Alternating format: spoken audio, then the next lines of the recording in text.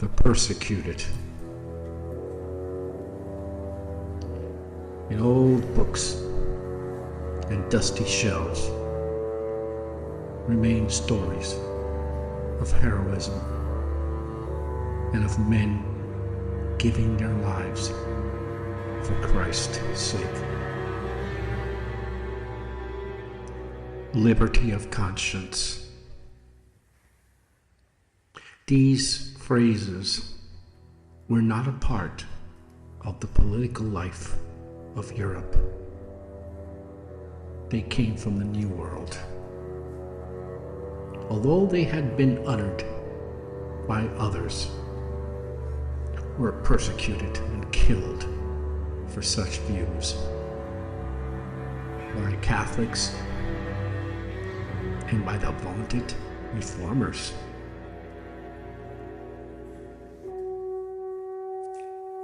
I will read you some glorious words, brethren. The liberty I contend for is more than toleration. The very idea of toleration is despicable. It supposes that some have a preeminence above the rest to grant indulgence, whereas all should be equally free. Jews, Turks, pagans, and Christians. More quotes. Government should protect every man in thinking and speaking freely, and see that one does not abuse another. Truth disdains the aid of law for its defense. It will stand upon its own merits. Every man must give an account of himself to God, and therefore every man ought to be at liberty to serve God in a way that can best reconcile to his conscience. The notion of a Christian commonwealth should be exploded forever. Government should protect every man in thinking and speaking freely, and see that one does not abuse another. The religion which I believe to be of divine origin, and which I profess to be the truth, takes no advantage of civil power. These words were spoken by a great American Baptist named John Leland. They should be memorized by all who claim to be the name of Baptist. He spoke these words in the 1700s.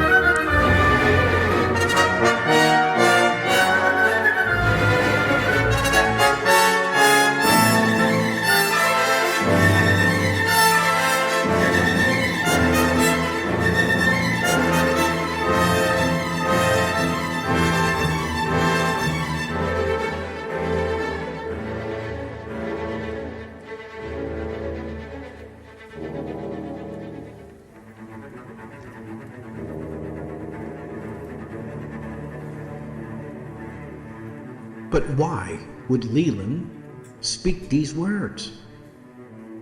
We live in a country now where there is seldom persecution of Christians for their beliefs, no matter what some may think. It's because of what happened in Europe for 1,000 years. Indeed, ever since the Reformation.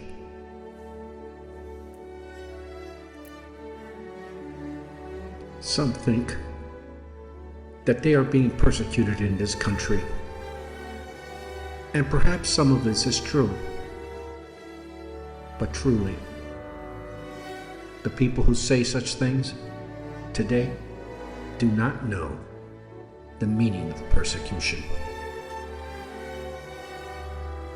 I will open some of these old dusty books and read you some accounts of Baptists and Anabaptists and what happened to them. 1569. In the Netherlands, Dirk Willems was imprisoned for his Anabaptist beliefs, but managed to escape by running across a frozen lake. A pursuing guard broke through the ice and began to drown. Dirk, moved by compassion, turned back and rescued him. However, the authorities recaptured him, and he was burned at the stake. His act of mercy is one of the most famous stories in a book named Martyr's Mirror. Then there's a case of Michael Sackler, 1527, in Germany. Michael Sackler was a former monk who became a leader of the Swiss Anabaptists. He helped draft the Schlieffen Confession, which laid out Anabaptist beliefs, including adult baptism and non-violence. Arrested by Catholic authorities, he was horribly tortured. His tongue was cut out, his body torn with hot tongs before being burned alive. His wife was drowned shortly afterward, after having watched her husband suffer these atrocities.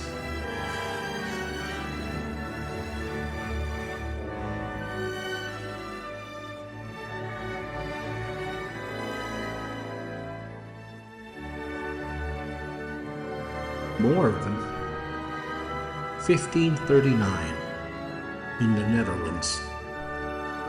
Anneken Jans was a devout Anabaptist woman who was arrested in Amsterdam. Before her execution, she wrote a touching farewell letter to her young son, exhorting him to stay true to the faith. She was condemned to death by drowning, a common punishment for Anabaptists, mockingly referred to as a third baptism.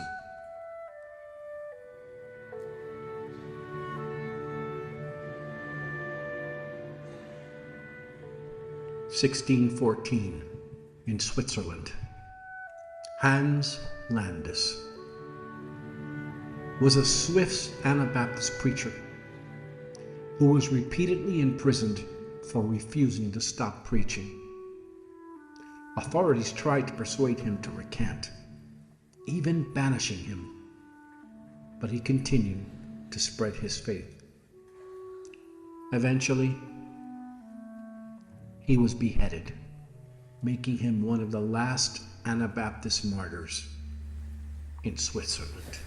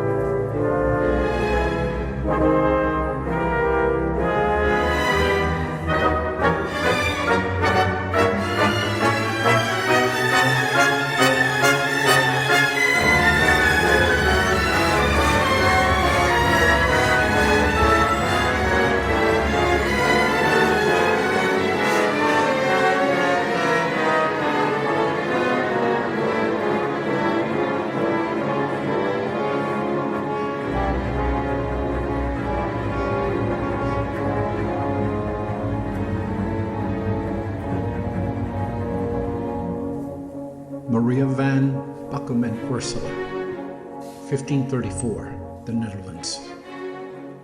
She and her sister-in-law Ursula were noble women who sympathized with the Anabaptists. They were arrested for sheltering fellow believers and refusing to renounce their faith. Despite their high social status, they were condemned and burned at the stake, showing that persecution extended even to the wealthy.